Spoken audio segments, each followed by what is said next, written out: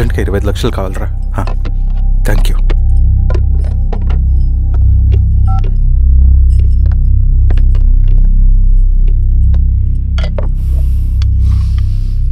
చాలు.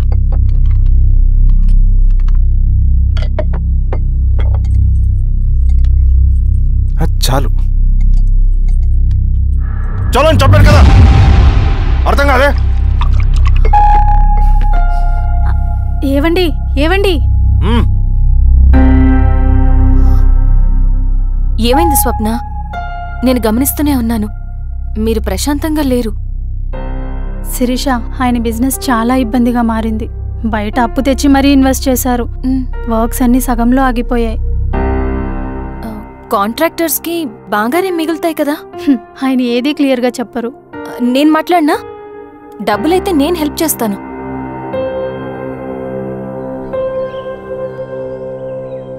అన్నయ్య, చెప్పమ్మా. మీరు డబ్బు గురించి ఏదో ఇబ్బంది పడుతున్నారని అర్థమైంది. అవునమ్మా, ఈ ఏజెన్సీ కాంట్రాక్టర్ బతికే ఇంత ఏది సాఫీగా ఉండదు. అన్ని వైపుల నుంచి అడ్డంకులే. ప్రజల ప్రయోజనం కోసం బిల్డింగ్లు బ్రిడ్జ్లు కట్టాలి, అడ్డమైన వాళ్ళకి లంచం ఇచ్చుకోవాలి. ఇప్పుడు ఈ నక్సల్స్ ఒకళ్ళు తయారయ్యారు. నా బ్రతుక్కి పని పూర్తయ్యేదాకా ఫండ్స్ లిస్ట్ చేయరు, వీళ్ళేమో పంచాయనివ్వరు. ఏం చేయాలో అర్థం కావట్లేదు. నక్సల్సా? నక్సల్స్కి ఏంటి సంబంధం? అదే కదా సమస్య. బయట ప్రజల కోసం మేము ఉన్నామంటారు, లోపల ఎక్స్ట్రాషన్కి అలవాటు పడ్డారు. ఎవరు కరెక్ట్గా లేరమ్మా. ఎక్కడి వాళ్ళన్నయ్యా? పినపాకం మండలం నక్సల్స్ 25 లక్షలు అడిగారు.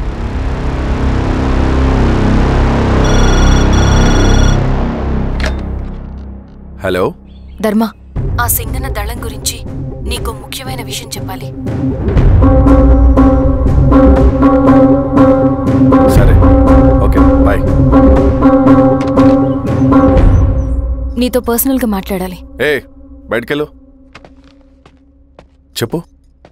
అన్నయ్య చనిపోయిన తర్వాత ఎలక్షన్స్ లో పోటీ చేసిన నన్ను సింగన్న దళం కిడ్నాప్ చేశారు. కానీ అక్కడ ఒక వ్యక్తిని చూశాను. ఆ వ్యక్తిని అన్నయ్య చనిపోయే ముందు తన దగ్గర డబ్బులు తీసుకోవడం గమనించాను. ఆ క్షణమే సింగన్న దళంపై నాకు అనుమానం వచ్చింది. I'll take care.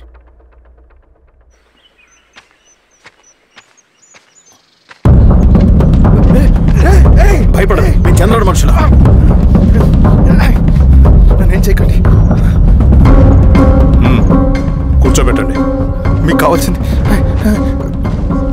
దీంట్లో ఉంది.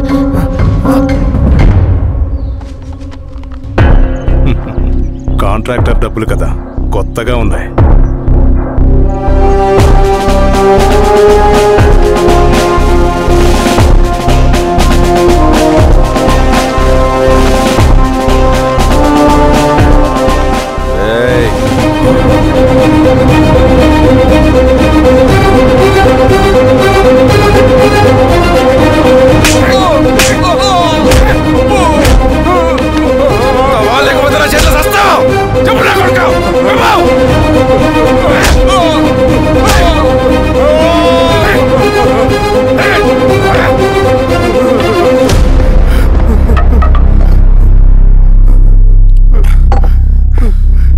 వీళ్ళ అన్న మీదున్న ప్రేమ అభిమానం ముందు మన పోలీస్ లాఠీలు ఓడిపోయాయి. చంద్రన్ ఎన్కౌంటర్ ఎలాగూ పోతాడు. కానీ విచిత్రం ఏంటంటే వాడి భార్య నర్సమ్మ, కూతురు మమత, కొడుకు నరేష్ మరో ఎన్కౌంటర్లో పోవడం చాలా బ్యాడ్ న్యూస్. చెప్పు శిరీష, ఏం చేయమంటావు? నువ్వు ఒక డెసిషన్ తీసుకున్న తర్వాత ఎవరి మాట వినవు కదా. హే దాస్ సార్, రేపు మార్నింగ్ న్యూస్ పేపర్ వద్దని చెప్పు. సరే సార్. తెలిసిన విషయం మళ్ళీ చదవాలంటే చాలా బోరింగ్. నేను చెప్తాను సార్, జరిగింది మొత్తం నేను చెప్తాను సార్. సింగన్న దగ్గర నేను 20 సంవత్సరాల నుంచి పనిచేస్తున్నాడు సార్. పేదవాళ్ళ కోసం అన్న చేస్తున్న ఉద్యమంలో మేమందరం చాలా కష్టపడి పనిచేసేవాళ్ళం. కానీ ఒకరోజు నేను చెప్పినంత చెప్పి ఈశ్వర్ రెడ్డి దగ్గర 10 లక్షలు తీసుకురండి.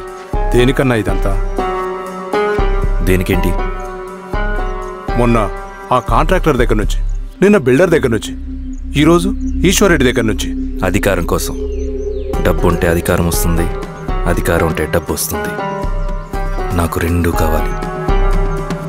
హిట్లర్ పెయింటర్ అవుదామని అకాడమీలో జాయిన్ అవ్వాలనుకున్నాడు, కానీ పనికిరాడని చెప్పి రిజెక్ట్ చేశారు. హిట్లర్ ఏం చేశాడు?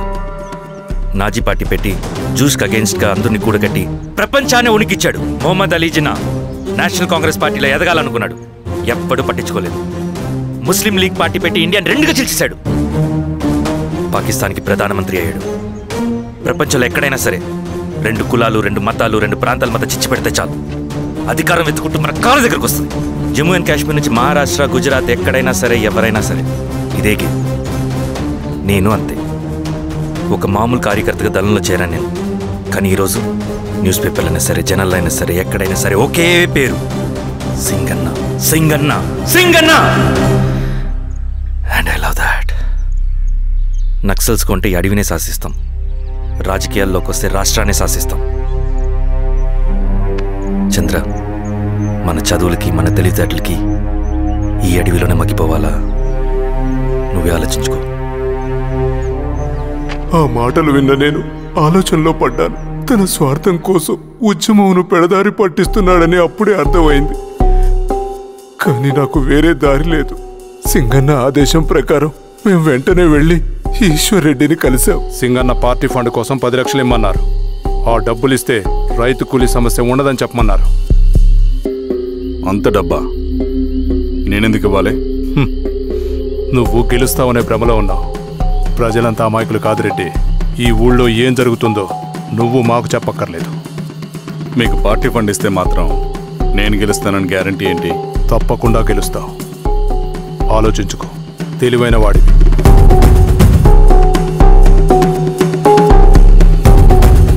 సరే,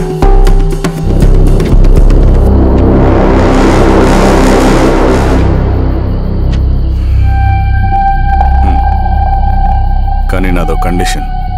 నేను సింగన్ని పర్సనల్గా కలవాలి. చూస్తా, కానీ ఒక విషయం, ఈ మ్యాటర్ బయటికి రాకూడదు. జాగ్రత్త. సింగన్న స్ట్రాటజీ ప్రకారం మాకు ఈశ్వర్ రెడ్డి దగ్గర నుంచి డబ్బులు వచ్చాయి. అప్పుడు నరసింహుల్ని పిలిపించి, నువ్వు ఎలక్షన్ నుంచి విత్డ్రా అవ్వాలి నరసింహులు. విత్డ్రానా? 30 సంవత్సరాల తర్వాత వచ్చిన అవకాశం అన్నా ఇది. గెలిచే ఎన్నికల్లోంచి తప్పుకోమంటారేంటి? ఎందుకన్నా? నిన్ను ఈ ఎలక్షన్లో నిలబెట్టింది కమిటీయే, విత్డ్రా చేయమనేది కమిటీయే. సెంట్రల్ కమిటీ ఏం డిసైడ్ చేసినా అది మనం ఫాలో అవ్వాలి. మనకి వేరే ఆప్షన్ లేదు.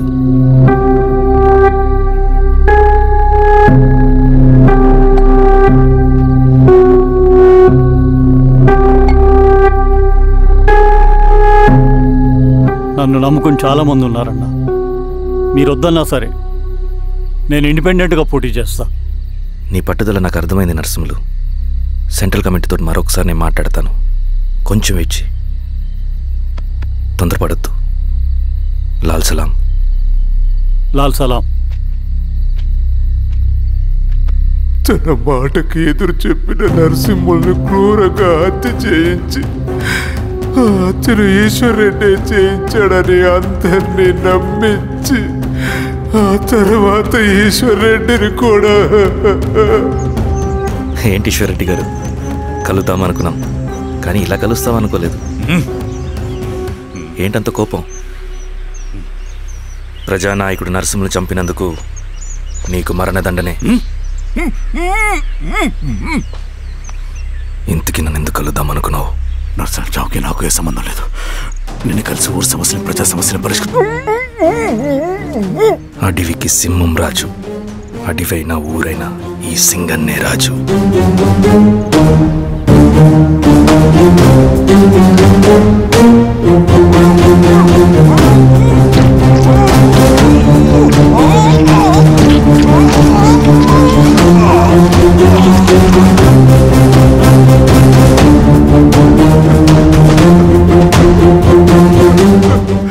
తప్పు చేశావు సార్. మొత్తం సింగన్నే చేశాడు. ఇంకా చెప్పాల్సింది ఏదైనా ఉందా? శిరీష ఆ రోజే చెప్పిందన్నా. ఇన్నాళ్ళ పోరాటంలో ఏం జరిగిందన్నా? ఏమీ లేదు. శిరీష వల్ల వాళ్ళ ఊర్లో రైతులకు భూములు వచ్చాయన్న. నీ వల్ల చాగి అన్యాయంగా గొంతు కోసుకున్నాడన్నా. నరసింహులు, ఈశ్వర్ రెడ్డి, ఇంకెందరో అమాయకులు నీ అధికార దాహం వల్ల బలైపోయారు.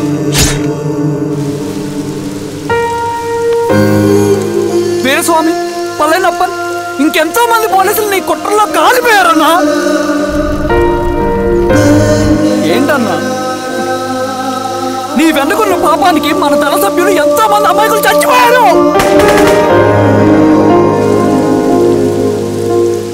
ఆ జనాలు అమాయకులన్నా.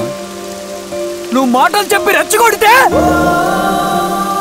నువ్వేదో సమాజాన్ని ఉద్ధరిస్తావని నీ వెనుకున్నారు.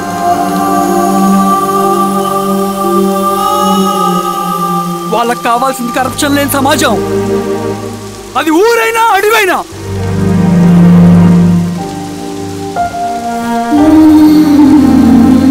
దేవతలాంటి అమ్మాయి అన్న.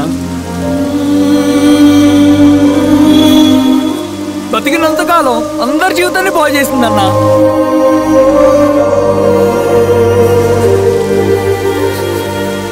నా చేతులతో చంపించావు. నన్ను మనిషిని కాకుండా చేశావు.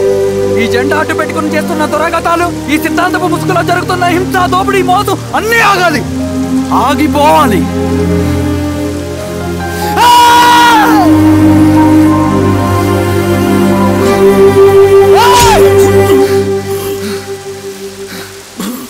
నువ్వు చెప్పిన సమాజం స్థాపితం కావాలంటే నువ్వు సమాధి కావాలి.